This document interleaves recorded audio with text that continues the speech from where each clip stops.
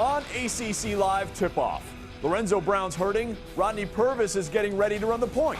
NC State has a lot to prove against the Hurricanes. Kadji down the lane. He comes to slam it down. Can the Pack figure out a way to stop Kenny Kadji? No one else in the ACC has yet. Plus, it's time to look at who's on the bubble. The Tar Heels. How about the Cavs? Or the Terps? What about the Noles? Mike Gminski tells us who's in, who's out, as of right now. ACC Live Tip-Off starts now. Welcome to ACC Live. This is our Friday tip-off show where we look ahead to all the big weekend games. I'm Jeff Fishel, with me, Duke and NBA great Mike Gminski. Mike, we've seen injuries with many of the top teams. This could play a big role in the ACC race. No, it really can, and you just wonder right now what Lorenzo Brown and the status of his ankle that could really impact NC State. And P.J. Hairston, of course, with the concussion, probably won't play this weekend, and he's been playing some great basketball. And, of course, Ryan Kelly still out for Duke as well. We'll talk more about the injuries. Before we get any further, have you seen what Lorenzo Brown's teammate Scott Wood did in practice? He has this crazy shot that's now up on YouTube, on our YouTube page, by the way, the ACC Digital Network channel. He throws the ball off the wall, then there's all this backspin, and, of course, well, we wouldn't show it to you if it goes right in the hoop. Here it is. NC State shared this video with us. Watch, there he goes, throws it up off the wall and spins it back in. Crazy stuff. I mean, it's like Kyle Singler buckets almost. Yeah, that's right. Kyle Singler buckets. Great call. Do you have what's your horse trick shot? It's just a little, I'm standing behind the backboard and up over the top, pretty vanilla. G-Man giving us his trick shots, keeping him quiet. Maybe he's hiding something for when we go out. I'm not going to give it all out. That's right. When you take me down, I'm going to know you've got something hidden. We're already looking ahead to March. Which teams are headed to the big dance? Which teams are on the bubble? We've put the over-under at 5.5 ACC teams making it to the tournament. Tweet us. Tell me how many teams you think are going to make the big dance at the ACCDN. We'll take a closer look at those bubble teams coming up later in the show. But right now, let's dig into this weekend's games. Let's go through the weekend menu brought to you by Ruby Tuesday. Clemson at Boston College. Well, Boston College looking for their first home win, and Clemson not traveling real well. I think Milton Jennings is going to have a big game in this one, and look for BC to try to push the tempo. The Hokies head to the Dean Dome. Yeah, just Eric Green leading the nation in scoring, but I don't know. Virginia Tech is going to have to find a couple of other scorers. Just a lot of firepower for North Carolina, especially at home. And North Carolina really starting to play better. We'll see if P.J. Hairston comes back. We don't expect him to as of right now. Duke just has to make sure Michael Snare doesn't have a shot at the end of the game. Well, this is a big week for them. They really wanted to get 2 road wins, got one at Wake Forest. Florida State has beaten them 7 times since 2001, playing very well at home. Wake Forest travels to Maryland. This is a huge game for Maryland right now. 5 conference losses. They've got to get back into the mix somehow. They called out Alex Len to step up and play a little bit better. And Wake Forest has not played well away from the Joel. Super Bowl Sunday, it's the Cavs and Yellow Jackets.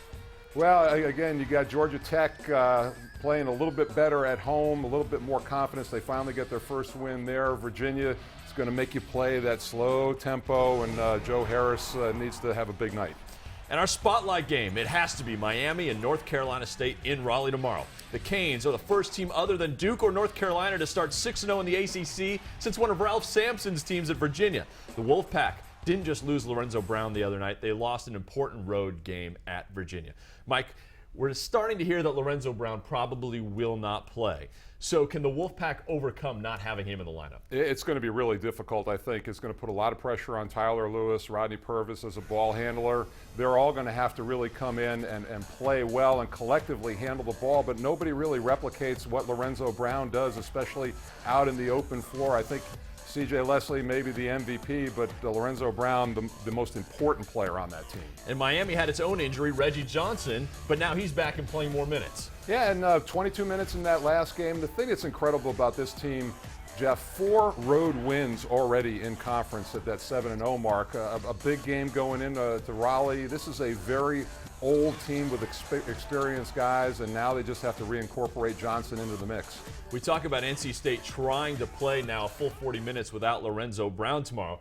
Now, it gets all the tougher because whoever's at the point, whether it's Rodney Purvis or Tyler Lewis, they've got to deal with Shane Larkin. Right, and I really think that he's one of the best point guards in the conference. He really made a jump from last year, improved his strength, his quickness. He's so fast with the basketball. He and Durant Scott, a formidable backcourt.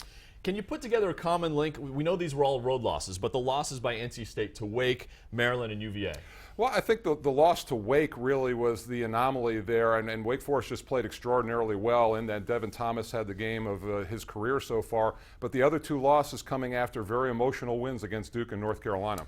All right, more on this game coming up. Now let's get to some other headlines from across the conference. Here's what's happening in the ACC now.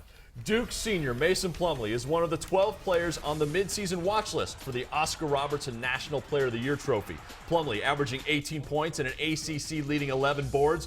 You know Syracuse and Louisville are coming to the ACC. Orangeman guard Michael Carter-Williams and Cardinals guard Russ Smith are also on the list. NC State teammates Carlos Rodon and Trey Turner are getting more preseason honors. They're two of the three ACC baseball players on the Baseball America preseason first-team All-America team. The other is Carolina third baseman Colin Moran. Did you see it last night here on the ACC Digital Network? The Duke women were phenomenal in the second half. They were tied with Miami at 29 at the half, then outscored the Canes 53-14 in the second half. Trisha Liston led the Blue Devils with 17. Chelsea Gray added 10. Alexis Jones scored 10 points and had 10 rebounds for the Blue Devils. So a good win for them. Duke remains undefeated in the conference. Carolina beat Florida State by 10 last night. The Lady Tar Heels and Terps are both a game back of the Blue Devils Sunday at 1. A great women's matchup, a great rivalry. Duke and North Carolina. That game is on ESPNU. Also last night in women's basketball, Boston College beat NC State 81-69. Clemson was over Virginia Tech 47-37. And Georgia Tech pulled a win out in overtime over Wake Forest. And that is the ACC now. We've been asking you, which ACC teams will make the NCAA tournament? Tell us which ones, and tell us how many total teams from the ACC are going to the big dance. We'll catch up on those later in the show. Also coming up, more on Miami and NC State. Kenny Kadji says a lot of people are jumping on the Hurricanes bandwagon. I'd say a lot of people are jumping on the Kenny Kadji bandwagon. He's been awesome. Mike explains why Kadji's so tough next. Out with the old and in with the delicious. Commit to bold taste with the new Flavor Resolutions menu at Ruby Tuesday. 10 entrees starting at $9.99. Try our savory barbecue brushed ribs and bacon wrapped shrimp. Or take it up a notch by adding coconut crusted shrimp to our mango salsa topped Caribbean chicken. Plus, enjoy our endless garden bar, free with any chef inspired entree. Ruby Tuesday. It's all good here. Start the new year with savings. Visit rubytuesday.com today for a $5 coupon. What's better, bigger or smaller? Bigger! So which would you rather have, a big treehouse or a small treehouse? If it's big enough, she can have a disco. Oh, yeah. Why do you not want a smaller treehouse? Because it wouldn't be able to fit a flat screen TV, and then the TV would be about this big, and you would have to hold the wire. In the position you would hold the wire, you wouldn't be able to see the TV. That's a pain in the buns. Yep. It's not complicated. Bigger is better, and AT&T has the nation's largest 4G network. The ACC Digital Network, the ultimate video destination for ACC fans. Exclusive highlights, live streaming games, and original live programming, unique access to the student athletes of our time and the legendary voices of all time. Defining moments, personal stories, incredible analysis from authentic ACC sources, cutting-edge content from the leaders in the digital space. The ACC Digital Network, brought to you by Ruby Tuesday.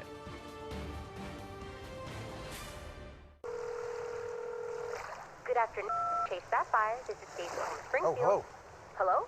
yes, I didn't realize you'd be talking to an actual person. You don't need to press 0. I'm here. Reach a person, not a prompt, whenever you call Chase Sapphire.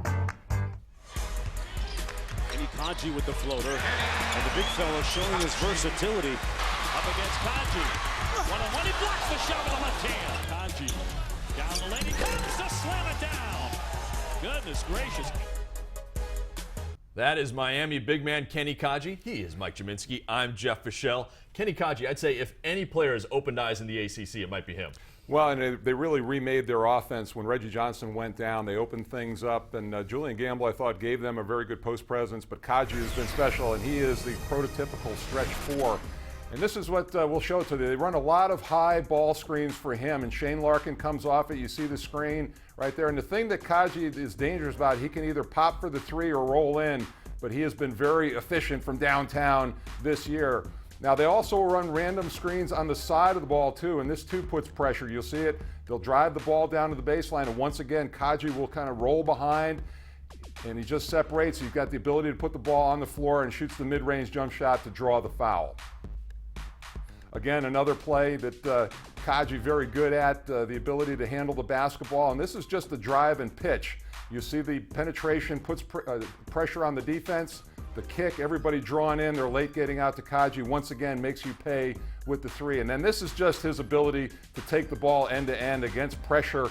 And just when a big guy can do that, it takes a lot of pressure off your guards, Jeff. He is a wonderful player end to end. I mean, we've seen him in that Duke game where at one end he'd score, get back on defense, block a shot, start a transition again for the Hurricanes. And in many ways, without him on the floor, they're more athletic and get up and down, and Gamble can run the floor too. So it'll be interesting to see how they reincorporate Reggie Johnson. It's a good problem to have, that's for sure. The Canes are building a case for being a top seed in the tournament. But how many ACC teams will make it? We've put the over-under at 5.5. Do you think more or less? Tweet us with your vote at the ACCDN. Here are the standings. Let's take a look, and maybe that'll help us make some sense of this. Did you know Virginia's tied for second with Duke, 5-2 in the ACC. Florida State is 4-3. But living on the edge with those Michael Snare buzzer beaters. Maryland had a 13-game win streak, but now the Terps have lost 5 of 7. Virginia Tech's another team, started 7-0, 4-9 since. Georgia Tech, 10-2 in non-conference, but now in last place in the ACC. Wins are tough to come by in the ACC, especially on the road.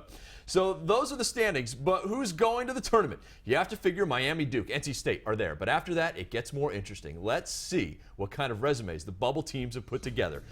First, let's look at the Cavs and the Terps, Mike. Yeah, you look at Virginia, and I like them. You talked about second place in the conference, really strong so far. The RPI a little high, bad losses to Old Dominion and Delaware at home, but Maryland has really struggled, maybe marked them down a little bit just because of their conference record.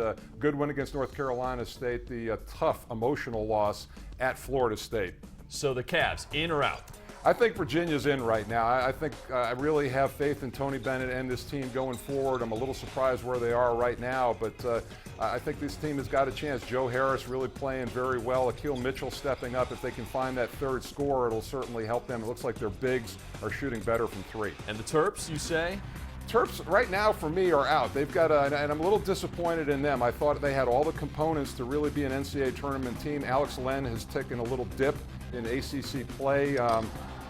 Just this is, they've got a stretch of schedule coming up where they play 4 of 6 at home. They've really got to improve that conference record. Yeah, they do need to make a run. Again, we thought they were going to really build for March, but after a long win streak in non-conference games, now they've struggled. Okay, 2 more teams. Here's what the tourney committee members will be looking at when they consider North Carolina and Florida State. I think North Carolina is in very good shape right now. I wouldn't call them a lock, but not a reason to worry. They're a good RPI, the bad loss at Texas, but a good home win and a solid record. Florida State living on the edge for me. They're 5 home losses, one to Mercer, 1 to Georgia Southern, the only quality win against BYU, but maybe a chance this weekend with Duke coming up to add to that resume. I know Carolina fans always have great expectations. This isn't one of those kinds of teams, but again, you think they're in. Yeah, they've really had to adjust, and I think a lot of it depends on the health of P.J. Hairston, and in general, he and Reggie Bullock has been playing terrific basketball, and then the growth of Marcus Page is really going to be a factor going down the stretch.